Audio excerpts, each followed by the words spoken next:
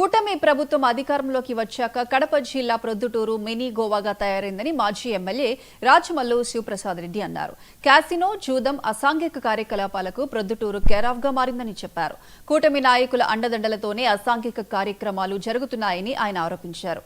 ఇవన్నీ జరుగుతున్నా పోలీసులు చూసి చూడనట్లు వ్యవహరిస్తున్నారని మండిపడ్డారు.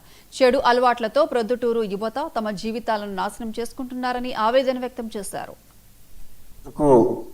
పెరిగిపోతా ఉన్న అసాంఘికమైనటువంటి కార్యకలాపాల గురించి మట్కా కానీ, జూదం కానీ, క్రికెట్ బెట్టింగ్ కానీ ఇవన్నీ ఎప్పటి నుంచో జరుగుతూ ఉండే వ్యవహారాలు.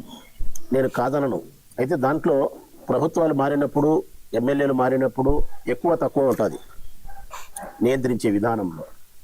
తెలుగుదేశం పార్టీ అధికారంలోకి వచ్చిన తర్వాత ప్రొద్దుటూరు నియోజకవర్గంలో తెలుగుదేశం పార్టీకి సంబంధించిన ముఖ్యమైన నాయకుల యొక్క అండదండలతో ప్రొద్దుటూరు ఎమ్మెల్యే నంద్యాల వరదరాజిరెడ్డి గారు, ఆయన కుమారుడు కొండారెడ్డి కావచ్చు, ఇంకా ప్రధానమైనటువంటి తెలుగుదేశం పార్టీ ముఖ్యమైన వాళ్ళు నాయకులు చెప్పుకుంటున్నారు. నా దృష్టిలో నాయకులు కాదు, వాళ్ళకు సంబంధించిన కౌన్సిలర్లు ఈ ప్రొద్దుటూరులో జరుగుతుండే అసాంఘిక కార్యకలాపాల పాతదాలతో పాటు నూతన ఒరవడికి కూడా శ్రీకారం చుట్టారు. నూతన ఒరవడి, ఆ నూతన ఒరవడే క్యాష్నో. మన పేపర్లో కూడా బాగా రాసినారు క్యాష్నో అని చెప్పి. అది కూడా మా పత్రిక రాయలే.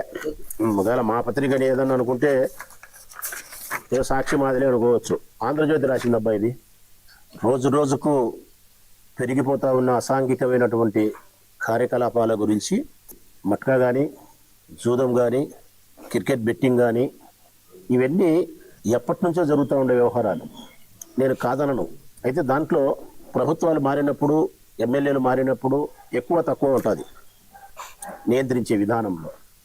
తెలుగుదేశం పార్టీ అధికారంలోకి వచ్చిన తర్వాత ప్రొద్దుటూరు నియోజకవర్గంలో తెలుగుదేశం పార్టీకి సంబంధించిన ముఖ్యమైన నాయకుల యొక్క అండదండలతో ప్రొద్దుటూరు ఎమ్మెల్యే నంద్యాల వరదరాజిరెడ్డి గారు, ఆయన కుమారుడు కొండారెడ్డి కావచ్చు,